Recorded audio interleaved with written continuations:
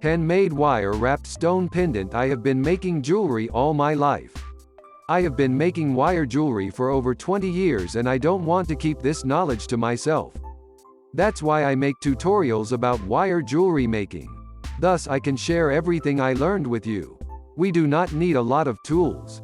To create a copper wire wrapped pendants with your own hands, a small inexpensive set of hand tools is enough, which can be purchased at an online store. Use appropriate wire thickness. I make jewelry of copper wire 18 GA and 26 GA thick. Free wire wrap pendant tutorial links in the video description, below the video.